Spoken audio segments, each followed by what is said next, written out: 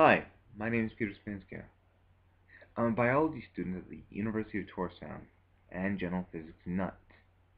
I want to share with the community a more tangible concept of what entropy is. Most people, when they hear entropy, might associate it with the heat death of the universe. They think that heat is going to be spread so thinly that there'll be no heat left and we get to maximum entropy. They're right, but it's not such an intangible idea that you can't put a number on, and it's not something that you can't use in everyday life. In this first video, I'll give you that very first bit of entropy that you can actually hold in your hand or have on your table. Go get a chessboard and use all the pawns. Pause this video, and when we get back, unpause it. Welcome back.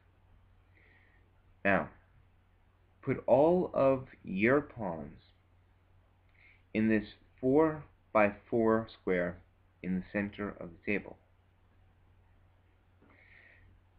Once you've done that, if you had ordered them in two rows of double row of black and double row of white, you have a very highly ordered system. But we are not done looking at entropy quite yet. I want to look at that 4 by 4 square they put them on, and in your mind subdivide it into 4 squares of 4 squares each, with 4 pawns on them. Each of those 4 squares with 4 pawns can be seen as a macroscopic unit. We don't look at the individual pawns that you see before you, but you look at it as an average.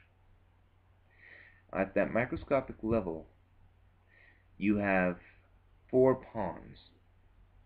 If you're looking at the average density of black to white pawns, if you have all white or all black on that square, that particular square has reached a minimum level of entropy, in that there's only one possible combination of positions for the pawns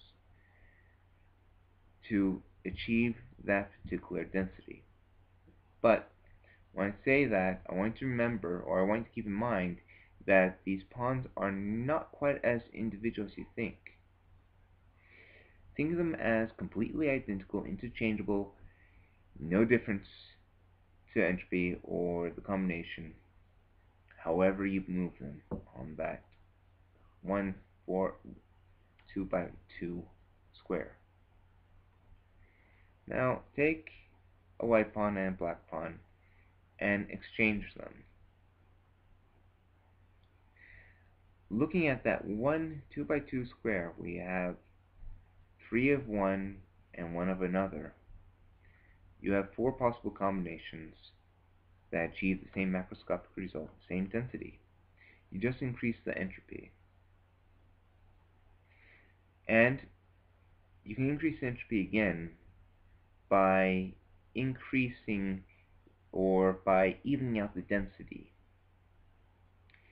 Take another white pawn and another black pawn from those same 2 squares and exchange them, so you have half and half. Count up the number of combinations that you have now.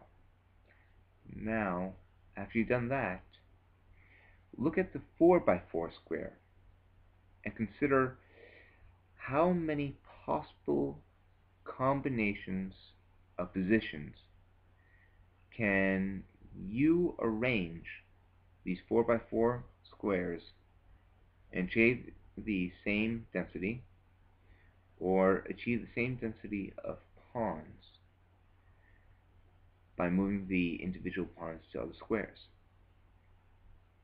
The greater the number of possible combinations, the greater the quantitative entropy of your system. Next time, we'll be talking about entropy in the third dimension and mathematical domains.